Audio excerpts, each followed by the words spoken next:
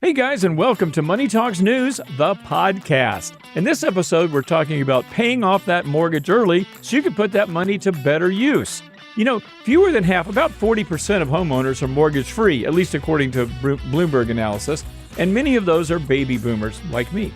Being mortgage-free is often seen as a big milestone on the journey to financial freedom. So how do you become one of those favored few who can pay off their mortgage before that 30-year term is up? We're going to find out today. I'm Stacy Johnson. As usual, my co-host will be financial journalist Miranda Marquit. Hello, Miranda Marquit. Hey, Stacy. So I had a house once and a mortgage, and I paid it off early by selling the house. So. That's one way to go about it. Listening in and sometimes contributing is our producer and novice investor, Aaron Freeman. Hello, Aaron. Hey, we have one mortgage to go. I have none. And today we have a special guest who's been here before, Andy Hill, founder of Marriage, Kids, and Money. He paid off his mortgage early not too long ago, and he's going to tell us exactly how he did it and how it's improved his finances and his life. Welcome back, Andy. Thank you both for having me back. I'm excited to be here. We're excited to have you. Before we start, folks, remember this is not financial advice you hear on this podcast, so make sure to do your own research and consult your own experts before acting on anything you learn here. And hopefully that prevents us from being sued. Now we can dive right in. Andy, when did you pay off your mortgage? My wife and I paid off our mortgage in 2017, so about 7 years ago now. 7 years? And Andy, you sound like a young person. If you don't mind my asking, how old are you? I am 42 years young today. Today's your birthday? What? I said that funny. I'm 42. Let me answer that again. Oh, 42. Okay. You've got the answer then. You should have just rolled with it. You should have said, yes, it's my birthday, and I'm wasting it on this stupid podcast. Right. I should have gotten some birthday treats from you guys. Yes, you should have. Anyway, you're very young to have paid off your mortgage. I paid off my mortgage, but I did it when I was 66 or something, a few years ago. But anyway, you paid it off early. And how long of a mortgage was it, and how quick did you pay it off? Yeah, we got a 15-year mortgage, and we had the intent of paying it off in 5 years. We were getting a little excited about it, but we were able to pay it off in just under 4, so we got even more excited about it. Okay, now I'm going to ask you specific stuff. So if I get too personal, you're just going to make up answers if you don't want to give me the right one. Okay, so how big was your book? Yeah, how big was your mortgage? I've stayed in his paid off house. So there you go. You know, Miranda knows it's nice. It's nice. It's a nice house. Yeah, we got in 2013 we bought the house. It was valued at $350,000, and we got around a $200,000 mortgage on it, $195,000 mortgage. Okay, so we'll call it $200,000. Yeah, easy math. And where do you live? We live in the Metro Detroit area, so maybe 30 minutes north of the city. Okay, so you had a $200,000 mortgage, and you paid it off in a couple of years. Yes, a few years. How did you do that? Yeah, the first part was motivation. I would say, as I really wasn't. My wife and I were both working in the advertising marketing world at the time, and we both weren't really that excited about what we were doing. But we had to do it because we had 2 kids, and we were, having this mortgage and just the general aspects of life. And so we were motivated to want to not be in that situation anymore, eventually move towards a situation where at least one of us could go part-time, and then maybe eventually both of us could go part-time working and doing work that we actually enjoyed. So the first part of it for us was just a general motivation. Now, as I recall, I listened to Andy's podcast about this very topic not long ago. As I recall, Andy, you were making about $100,000. Me personally, combined between my wife and I, we were making around $170,000 at the time. Oh, okay. And you know what, Andy, I may have been confused because you had somebody on your podcast who also paid off their mortgage. They were from Dave Ramsey. Maybe that's who I was thinking of. So you had a pretty healthy income. $170,000 is pretty good. Yes. And your mortgage was $200,000. Now, how much were your payments on a $200,000 mortgage? Because 15-year means higher payments. How much were your payments? So it was about $1,900. We had a 3% interest, so it was a little low. It was lower, which is great. A lot of people who are holding on to those right now feel like they're gold, which is awesome. So it was $1,900 in total. Now, wait, did you have this goal in mind before you bought the house? I'm going to buy this house and I'm going to pay it off, so I'm choosing the 15-year mortgage and all that? Yes, you have that exactly right. We were living in my bachelor pad before that, and my new wife, moved in with me, and she said, "This place is just okay, Andy. We're going to have to look for something that's a little bit more appropriate for our family and a better community." And I'm like, "It's just fine. This place is totally fine." But she eventually convinced me, and so my agreement with her was, well, I don't want to feel strapped with this mortgage or this bigger house and more obligations, more bills, all the things that go into fixing a house and refurnishing it and everything like that. And so our agreement together was, let's continue to try to live on around 50% of our income and pay this mortgage off in less than 5 years. So how much were you paying every month to pay it off? Yeah, so on average, we were adding these principal payments of at least $500 each month. But there were some months where I would maybe get a commission at work, and that would go directly to the mortgage. And we would get a tax refund that would go directly to the mortgage. We would sell things on Facebook Marketplace or Craigslist when our kids were out of their baby gear. We would just sell that, and then that would go towards the mortgage. So we had a full focus kind of idea. I mean, you paid down $200,000 of principal in a few years. Yes, yes, we did. Absolutely. It was very fast, and it helped that we were motivated. Sometimes it's hard to find a mortgage that allow you to do that. Was that hard to hunt that one down, or was that pretty easy? Why would it be hard? We had no prepayment penalty with our mortgage. That was something that we looked into beforehand, and they were happy to receive the extra principal payments. Now we did have to make sure that they were directly going to the principal, because sometimes if you send in an extra mortgage payment, they just think you're being really kind, and you want to pay future payments towards your mortgage. Right. So you got to be specific about that. Yeah, I've had that happen too. But Aaron, I could be wrong about this, but I think it's very rare to have a mortgage with a prepayment penalty. I have not heard of one. I mean, I'm not saying that they don't exist, but isn't that pretty rare, Andy? From what I've seen, yeah, it is pretty rare, but it is good to look into, especially as there's new lenders popping up every once in a while, and sometimes it feels like your mortgage is being sold from lender to lender to lender. It's good to look into. But it's amazing how much principal you put down. I mean, additional principal you put down, because that's $200,000 is a lot when you're making 170 and you did it in 3 years. We were definitely motivated, and yes, that continued payment helped us to, look at those amortization schedules, those calculators, and see, wow, this is making a big difference. And if we keep at this pace, we're going to be able to pay this off not in 5 years, but in 3 years and 9 months. So let's keep at it. It definitely helped that we would, any new money that came in, any newfound money in our lives, that helped to throw at the mortgage as well. So we at least did $500 per month as additional principal, but new money that came in definitely helped us to make this go faster. Okay, now tell me why was this so important, and what difference did it make in your life to pay your mortgage off early? Yeah, for us, alongside investing early for our retirement, this plan was going to allow my wife to move from a full-time job that she really didn't enjoy to a part-time job that she kind of enjoyed.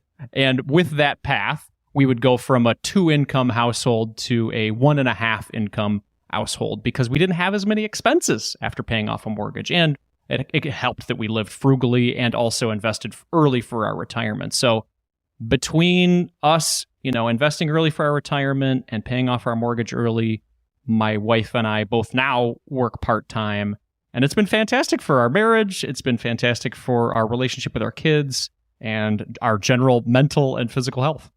Well, it's just a couple of grand that you don't have to part with every month.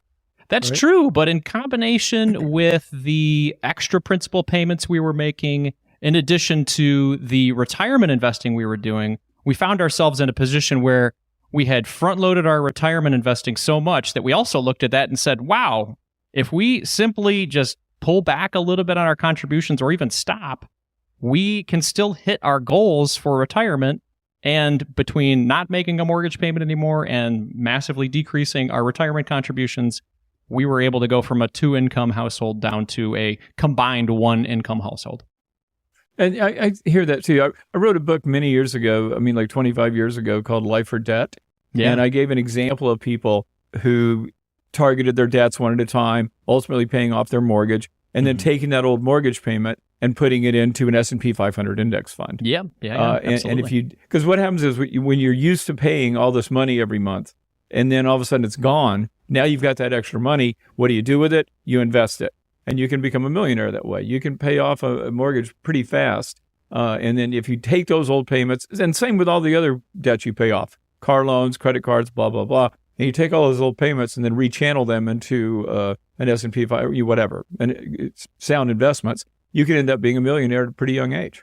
Absolutely, yeah. And we were able to hit that goal of millionaire status by age 38. And at that point, we were reflecting back and saying, okay, yes, this is just a number, but what does that mean? What is this allowing us to do? And for us, it's allowed us to buy more family time, buy more time for our relationship. And that's where we're focusing a lot more of our time now. A millionaire at 38? Doesn't that make you feel terrible, Miranda? And No, Aaron? I'm good. Miranda's good. We've talked about that. Miranda's okay without being a millionaire. I'm fine. I just want to hear some jealousy coming through the microphone. Yeah, no, I actually just got back from Puerto Rico. I'm okay. I'm sunburnt and I got to swim in the ocean every day. The only sad thing is that it's very cold in Idaho Falls. So that's the sad thing. But it's colder in Michigan, so. Well, it helps us a lot that we combine things together. Obviously, without my wife, I would have a paltry net worth, of course. If we do these things together, we combine our efforts for our income and our assets. Can she hear you, Randy? Can she hear you right now? Because it sounds like she's literally 5 inches away from me. So you guys this is going to be good for our relationship. I'm telling you, this is the key. That's really funny. Okay, now I'm going to address something that I hope that people picked up on when we were talking about your mortgage. It was 3%. Yes. You must get this a lot. What the hell are you doing paying off a 3% loan? Exactly. Yes. It's a tough thing to swallow right now, especially as rates are so much higher than 3%. So it appears with somebody who has a 2% mortgage or a 3% mortgage that the idea of paying something like that off is nuts. Now, if I had to do it all over again, I probably still would do exactly what we did, but I would make sure that our retirement investing was set. We had front loaded so much that we were really going to coast to retirement for the next 20 years.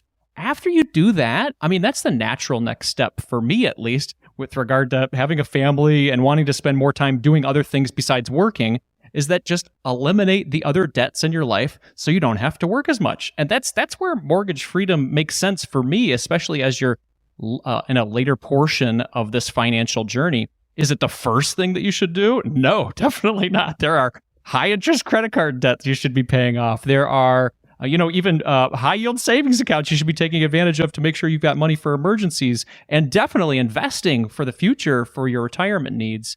Should all come first before even considering paying off your mortgage. But once you're doing all those things and you feel pretty comfortable in your life, eliminate that mortgage and it'll give you even more freedom to do what you want in life. Did you grow up in Detroit, or was that also part of the decision in living there?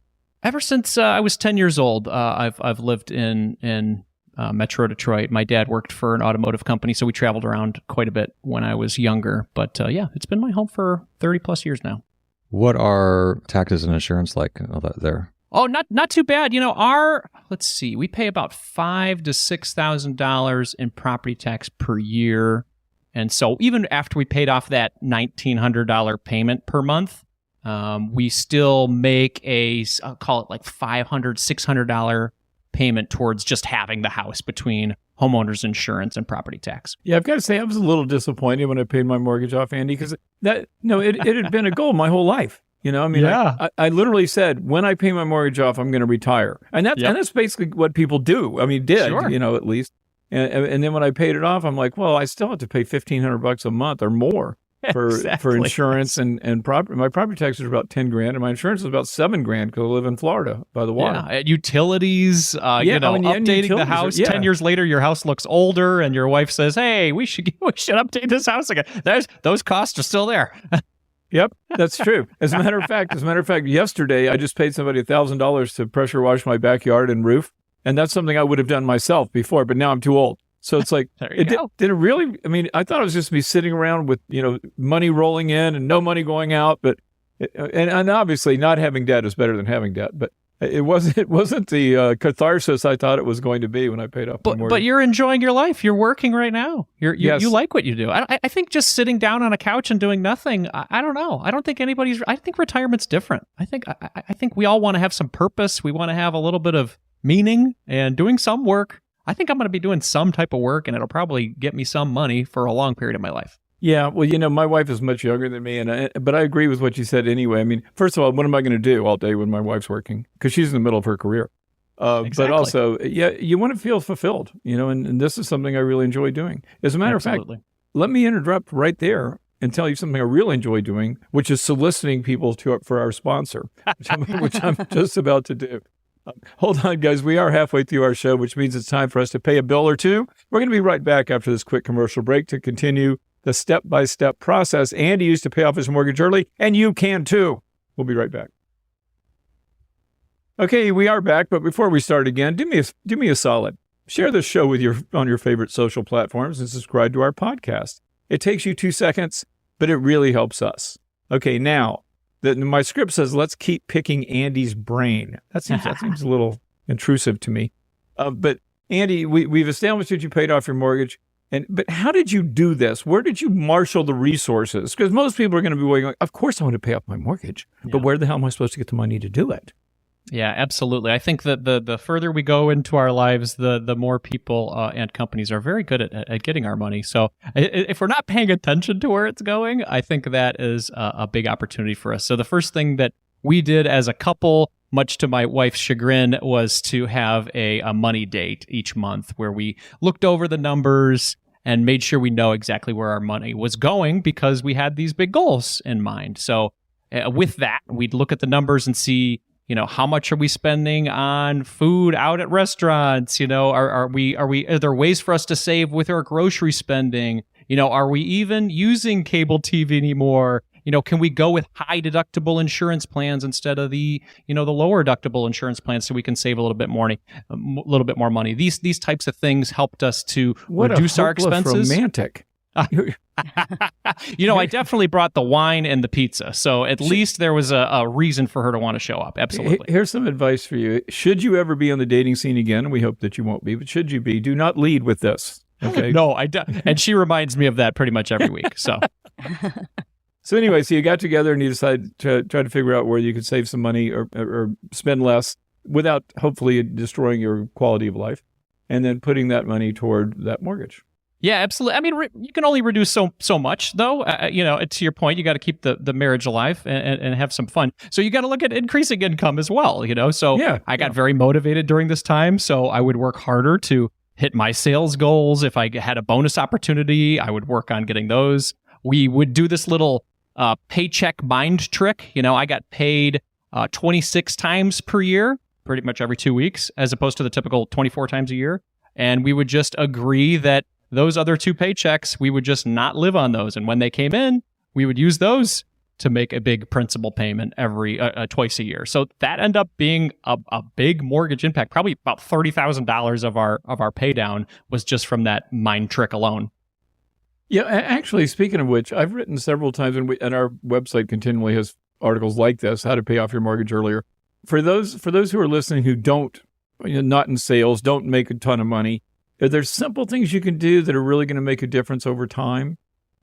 Like, for example, the 13th payment thing where you pay your mortgage every 2 weeks. Mm-hmm. You pay half your mortgage every 2 weeks, and what happens is you'll pay 50 weeks, and then you're going to have an extra mortgage payment at the end of that. So you'll have 13th mortgage payment every year by paying every 2 weeks instead of every month.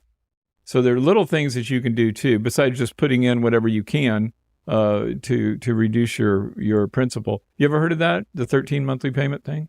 Absolutely, yeah. I mean, any of these additional payments that you can make a huge difference in the long run. It's just like investing for retirement. The more you can do it earlier, it compounds too. It's the same thing with your amortization schedule. The more you can put in early, it starts to build up over time. And then the closer you get to paying it off, more of it's going towards the principal than interest. It's exciting. And I may be wrong about this because it's been many years since I've written about it, but I think I remember saying that if you pay one extra mortgage payment every year, 13 instead of 12, that you'll pay off a 30-year mortgage 8 years earlier. Now, that may be wrong, but That's what I remember. Does that sound That sounds familiar? about right. Yeah, it makes a huge little amounts can make a huge difference because even though you can't be like Andy and pay off $200,000 in a couple of years, you can still pay something extra. Even if you did it in 10 or less or 10 or 15, this is massively quicker than the majority of Americans for sure. Obviously, Andy and I bought houses a long time ago during the 3%, 2%, 4% era. Today, now everybody's looking at 6 and 7. Are we doing this podcast to say, hey, you can do this too, so you don't have to pay so much interest? Yeah, well, the more interest you're paying, the better off you are paying it off early, right? Right. That's what I'm saying. I mean, if you're paying 7% and your hopes in the stock market are make 7 or 8%, I mean, it starts to look a little bit more comparable, right? Right. Yeah. Right. But I got to tell you, man, if I got a 3% mortgage today, I'm not paying it off. No way. I'm earning 5% money market. I just wouldn't do that. That makes no sense to me. Right. Well, and I think it goes back to though, like where your values are and what helps you sleep at night, right? So I use Ambien. It's Ambien. But Ambien. But yeah, so I wouldn't pay off my mortgage early either. We're all here piling on poor Andy. But at the same time, I see why people are like, hey, I just don't want it hanging over my head. I want this mortgage expense just off the books for me. And then I can use that money for other things. And so I think that makes sense too. So it really comes down to, once again, is like, hey, what works for you? And then also when you're talking about paying off your mortgage early, do we want to, how hard is it to stick to a plan, right? When you're saying, if I can just stick it out for 5 to 8 years and deny myself everything and then pay off the mortgage, then I'll be happy. Like that can be difficult to do as well. So it really depends on like, hey, where are you at? What's going to work for you? Because for some people, paying it off 8 years early, just with that that plan where you're just like, okay, bi-weekly mortgage, pay half of it twice a month. That'll still get you paid off early. That'll still save you. It'll get you done with your mortgage 8 years earlier than you would have.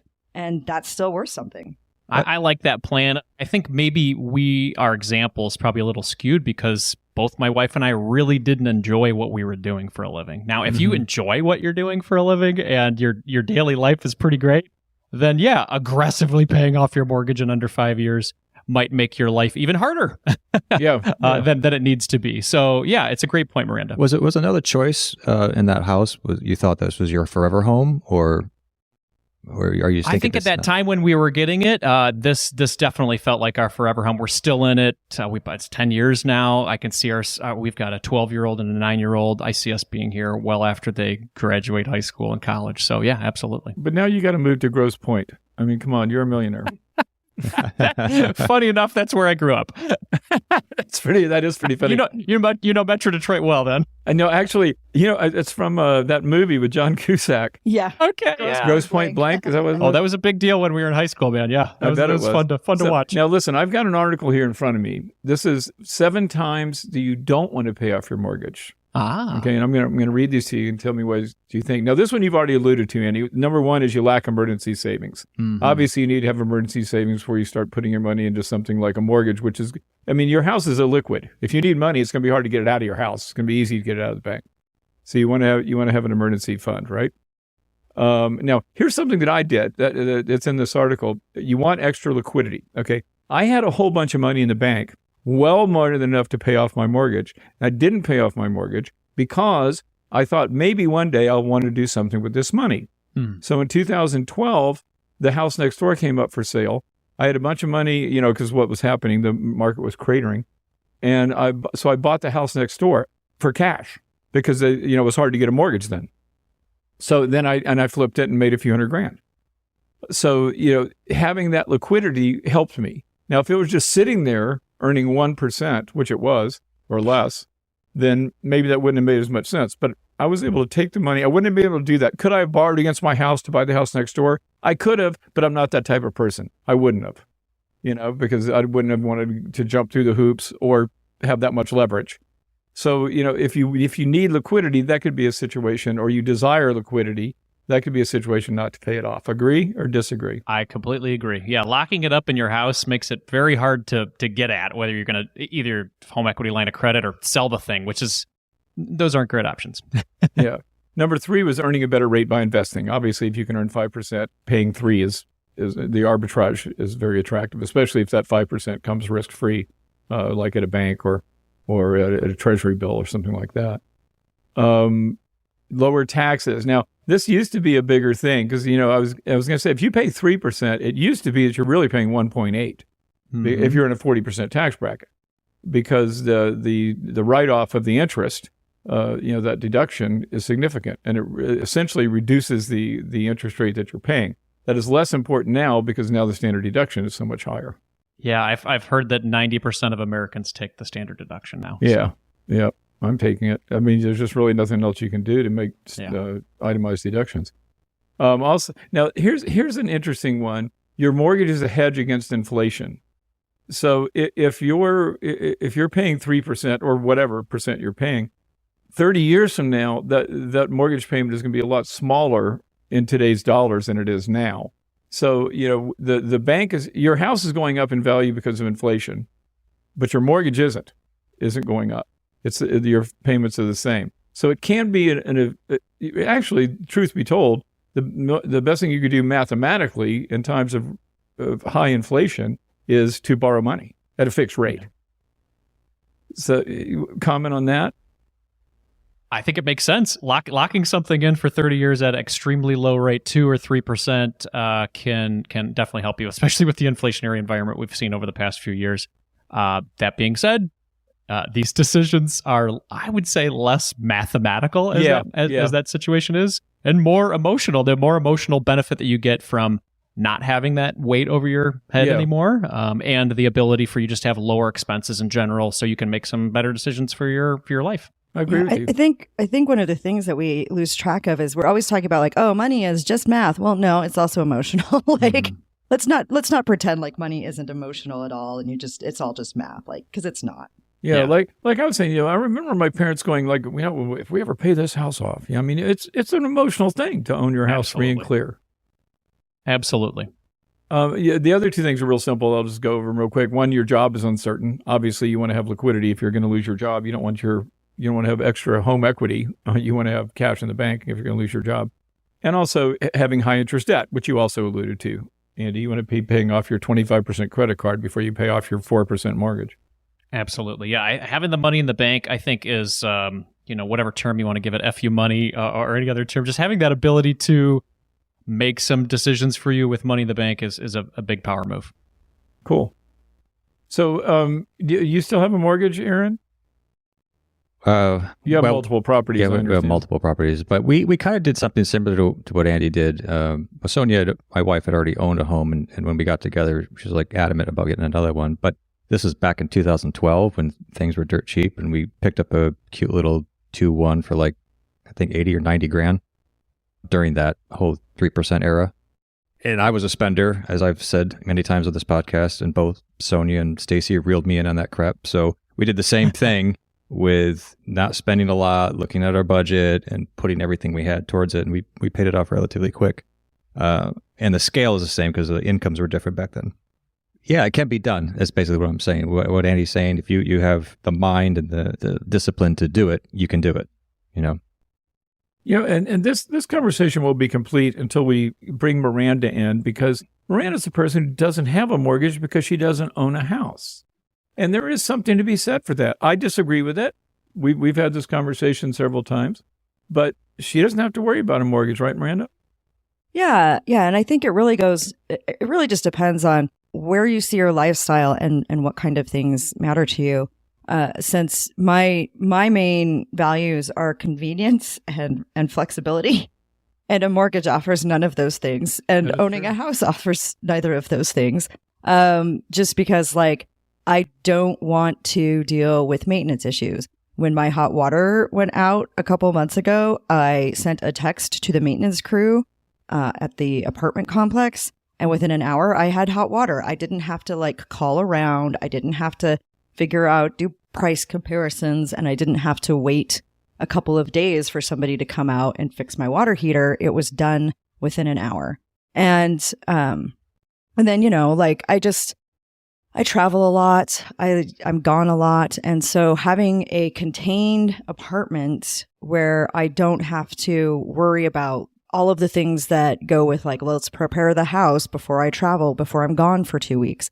So for me, like my lifestyle, I'm much happier. Just, I'm what they call coast fi. If I never invest another dime, which I still invest, but if I never invest another dime, by the time I reach the traditional retirement age, I will have plenty to retire. I will have more than $1 million. And so like, I'm fine without the house. Like I'm good. That's totally legitimate. And so so for me, it just doesn't make sense with my lifestyle and the way I like my life to be lived. It just doesn't make sense for me. And when I was the age of Andy and Aaron, I was all about swinging a hammer, and now it's like, I just told you, I paid somebody to pressure wash, which a chimpanzee can do, but I'm 68 years old. I don't feel like doing it anymore. And this house doesn't take care of itself. And it's damn near my age. So, and I've never been a project person. Like I know people that are project people. They love to buy a house. They love to fix it up.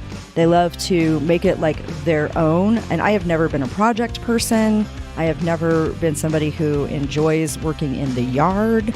Like none of that. Like none of that appeals to me. And so, I mean, the best thing I got is I've got a basil plant. I haven't killed it. And when I'm ready for caprese, I have fresh basil for my caprese. But I've got it in a self-watering pot that I only have to water every 2 weeks. So, like, I mean, it just, yeah.